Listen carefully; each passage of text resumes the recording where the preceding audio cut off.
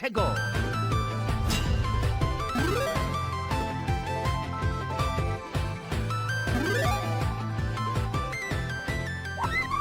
GameNChick Gaming.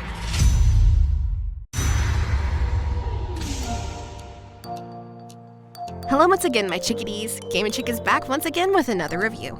Before we get started, I'd like to give a big thank you to the folks over at Capcom for providing me with a review copy to make this review possible. Thank you very much. So now with that having been said, let's go!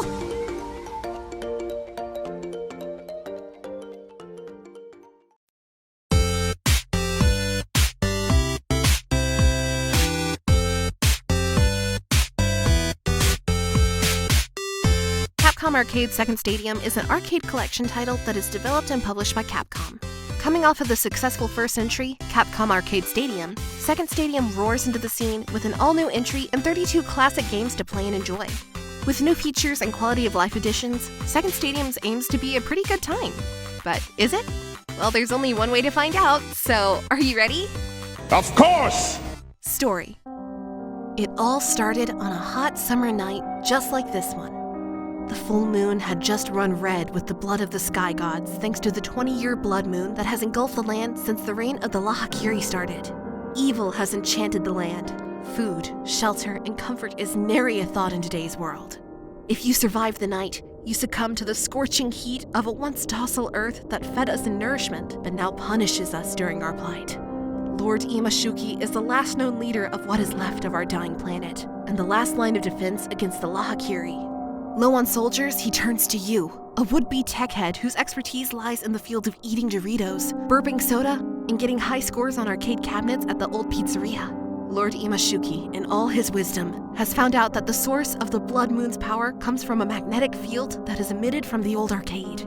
He has devised a plan. Go to the arcade and play at least 32 arcade titles from the previous gods of this world, Capcom, and only then can we weaken the power of the Lahakiri and reclaim this world.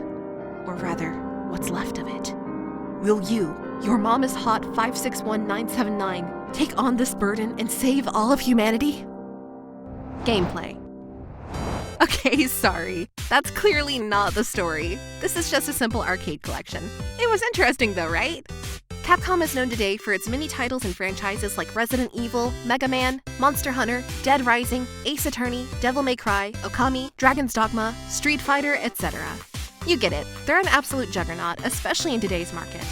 Roughly 10 years ago, honestly, you couldn't really say they were hitting their strides due to a lot of their titles feeling underwhelming or just missing the mark quite a bit. However, within the last 2 generations, they've literally put out some of the most fun titles you could ask for. Switching up the Resident Evil series formula by going first person with Resident Evil 7 and Village, and going back to their roots of traditional horror in 2 amazing titles, great remake of Resident Evil 2, my favorite Resident Evil game, superb Monster Hunter entries with World, Stories, and Rise, intense gameplay of Devil May Cry 5, upcoming titles like Resident Evil 4 Remake, Dragon's Dogma 2, and the brand new IP Exoprimal, which I have tried in the closed network test, etc. Too Long Didn't Read version, Capcom has been back and better than ever in the modern day. But what of their beginnings? What of their past? Well, that's why you're here, you big goof. After seeing this review, it might end up being the most important day of your life. But for me, It was Tuesday. So let's kick this puppy off, starting with some of its features and then diving into some of the gaming categories. Booting your game for the first time is where you will already run into your first problem with this title. No, not because there's something wrong with the game. No, that's not it. It's because the dang theme song is just too dang catchy and makes you want to drop everything you're doing, whether you're at home or in a bar, and just dance your booty off. Here? Really?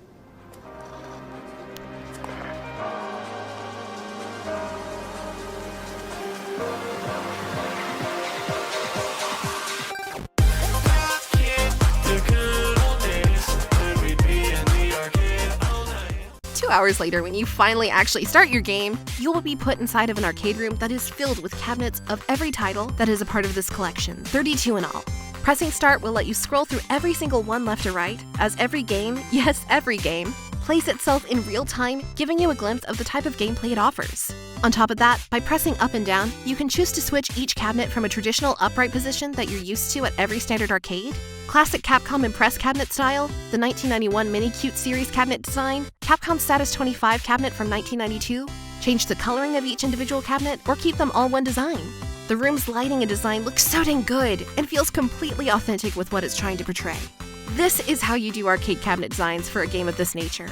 The only things missing now for full immersion are the sounds of kids screaming, ski balls clinking, the smell of pizza, hands smelling like Peter Piper coins, and tickets wrapped around our neck as a necklace or shoved in our pockets because we're trying to win that $1,000 ticket Super Soaker.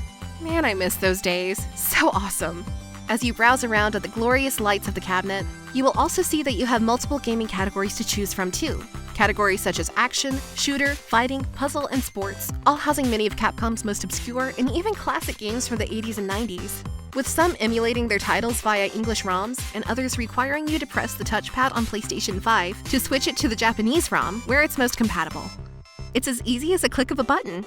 So easy, in fact, you're going to give up on all of life's hardships, the things that anger and bug you, leave it all behind you, and go home and be a family man. Second Stadium, making the world a better place, one game at a time.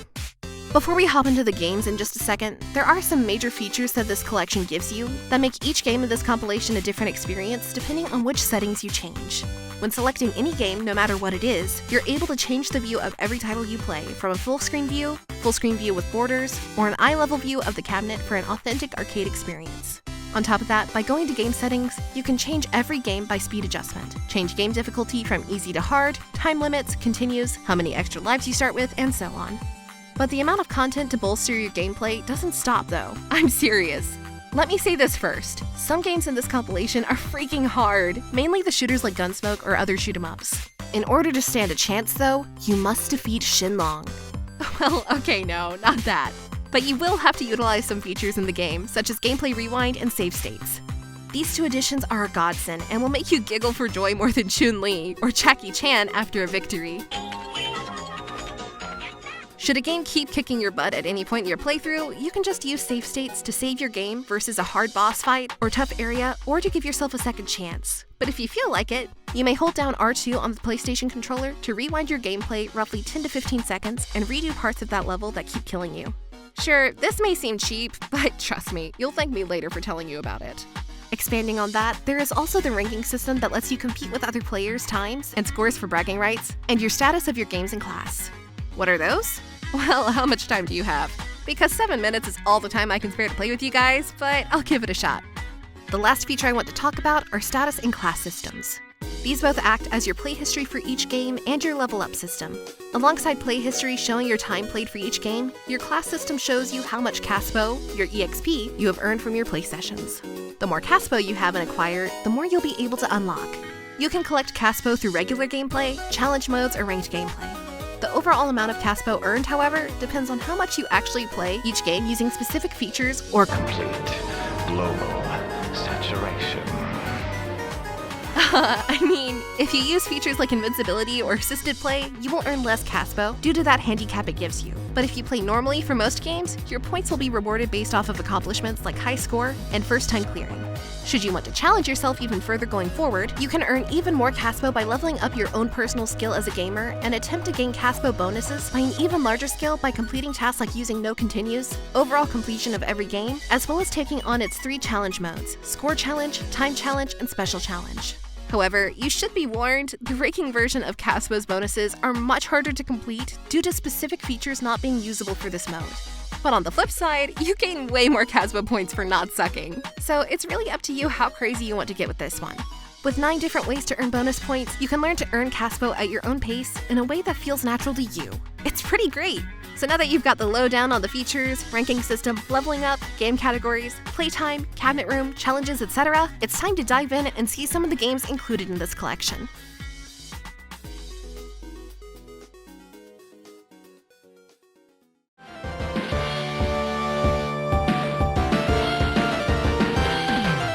Fighting. Saturday Night Slam Masters, released in 1992, is an all-action, no-nonsense wrestling beat-em-up where insanity and over-the-top reign supreme.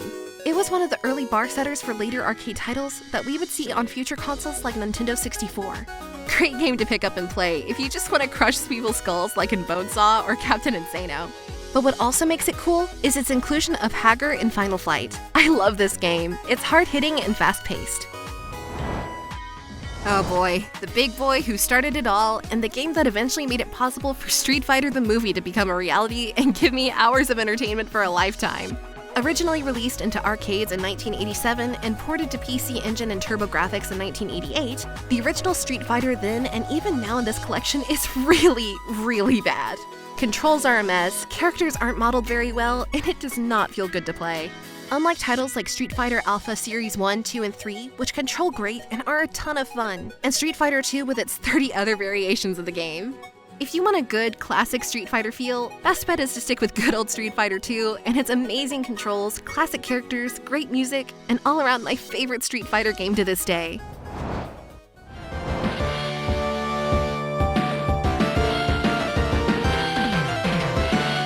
Shoot 'em ups. Eco Fighters is an environmental shooter released in 1993. In this title, you take on the role of a group that is laser-focused to stop a company determined to destroy the environment, boost deforestation, and are aiming to kill the planet, all in the name of making a quick buck. Sorta sounds like Shinra. Jerks. This game is a basic horizontal shooter where you upgrade your massive weapon rod on your ship and mow people down to hell and back. Simple, but extremely fun. 1943, released in 1988, is another scrolling shooter that can have the potential to frustrate you quite a bit if you aren't ready. Fly your way across the vast oceans while dodging fighter jets, enemy planes, and their barrage of bullets, warships, and more. This is a game I used the rewind feature on quite a lot because it was hard for me to concentrate on all the tiny bullets, explosions, and planes at the same time. While I still prefer 1942, this is still a very solid entry into the series and a blast to play through. Hyperdyne Sidearms, a 1986 re-release, is a horizontal scrolling shooter that has you flying around as a mech with up to 5 weapons at your disposal and blowing the living crap out of everything in your way. The game is a tad bit hard, but perfectly beatable. Just the right amount of difficulty, looks great, and the control feels very smooth. Easily one of the most fun shooters in this collection.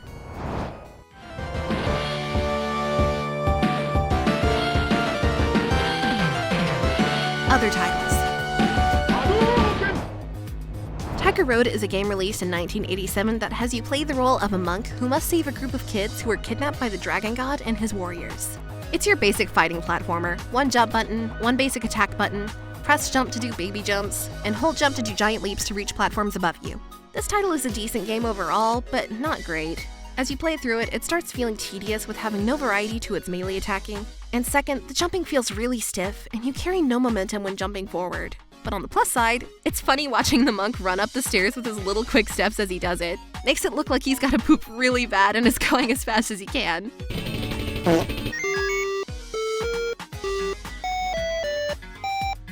I know, I'm immature, sue me. Sun Sun, a game released in 1984, is very loosely based off of the Chinese novel Journey to the West, where you take on the role of a monkey boy similar to Sun Wukong. This one is more frustrating than it is hard because of the screen constantly scrolling around and you having to strategically move up and down platforms to get away from enemies, which makes staying alive pretty intense at times. Needless to say, this one is a title that you want to give your full attention to and not monkey around with. Okay, I'm sorry, that was bad. It's short, sweet and to the point, and runs great. Gunsmoke, an on-rails vertical shooter, originally released in 1985, that has you taking on the role of Billy Bob as you hunt down the most wanted people in the Wild West. This game is hard as nails and a tad bit frustrating, even more frustrating than sitting through Will Smith singing Wild Wild West. But the control scheme is actually really fun and unique, with X shooting your bullets forward, circle shooting to the right, square shooting to the left, and triangle shooting in a V shape. Shooting people sticking out of windows, hopping from the side of the screen, or taking down all wanted bandits, it's just a really fun time.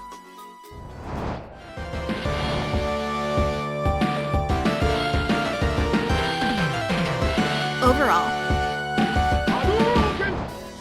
at the end of the day, Capcom Arcade's Second Stadium offers a ton to gamers that grew up in that generation or even newer people who are curious.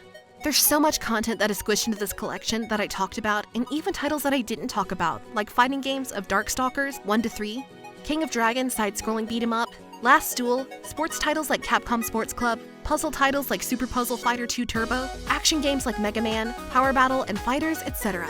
along with rewind mode, save states, custom cabinets, smooth running ROMs for both English and Japanese sets, ability to edit gameplay to your skill level, class leveling up system that gives you incentive to continue playing all these titles to unlock new display sets. There's just so much to unpack here. Would I recommend this title to people who aren't into classic gaming? Absolutely not. But if you're a fan of the arcades, grew up around that era, or you are fond of it, then yes, I highly recommend this title if you fit that description. Now I know what you're thinking. It's $40. Have you lost your mind? And to that, I just have to say, no. You've lost your balls. So now with that having been said, my verdict is clear. GameNChick says bye now.